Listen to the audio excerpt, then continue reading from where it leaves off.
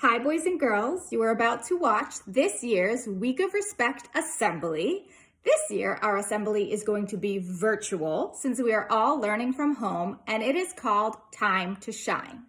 I want you to take a moment and think about what time to shine may mean to you.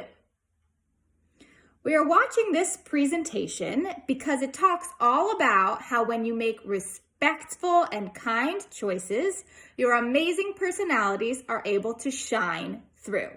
You have a shining personality when you are respectful and kind, and I know that all the students at Knollwood School know exactly how to shine. So you're going to sit back, relax, make sure you have respectful listening behaviors, so quiet mouth, listening ears on, and hands free of any distracting items as you get ready to watch our Week of Respect Assembly, Time to Shine. I hope you enjoy it.